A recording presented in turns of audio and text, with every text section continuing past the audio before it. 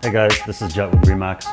I'm doing a little video series to answer all your real estate related questions. So if any questions, please leave me a comment below or shoot me a message and I'll do my best to answer them. So for today's question, we're going to talk about how much can I afford, so which relates to mortgages. Now I do have to make a disclaimer, I'm not a mortgage professional, I'm not a mortgage broker, so this is just my advice of what I know. But always, if you really want to know truly how much you can afford, I would recommend you talk to a mortgage broker to understand your financials. So that being said, when we talk about affordability, we really have two things to think about. And they're basically two ratios. The first one's called your GDS, which is your gross debt service. So what that means is the gross debt service is the sum of your principal, interest, property tax, and heat. So PITH.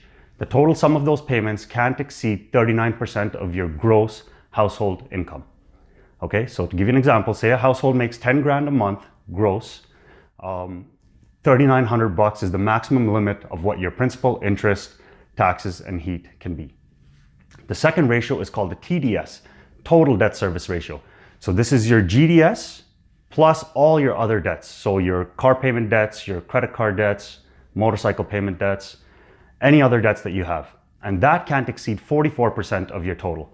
So to put it in perspective, again, if you have a gross household income of $10,000, the total payments of all your debts, which includes your GDS, which is your principal, interest, taxes, and heat, as well as all your other payments, your credit card, your car payments, can't exceed $4,400. These two numbers are then used to determine how much you can afford.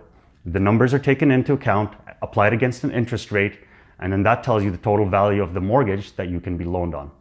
The interest rate that is chosen is basically a benchmark rate that's determined by the Bank of Canada. And that's something I'm going to cover in another video, and hopefully you guys can understand a little bit more of how much you can afford. I hope you guys found this video useful. If you have any questions or you want to know anything else, please comment below and I'll be happy to address them. Thank you so much.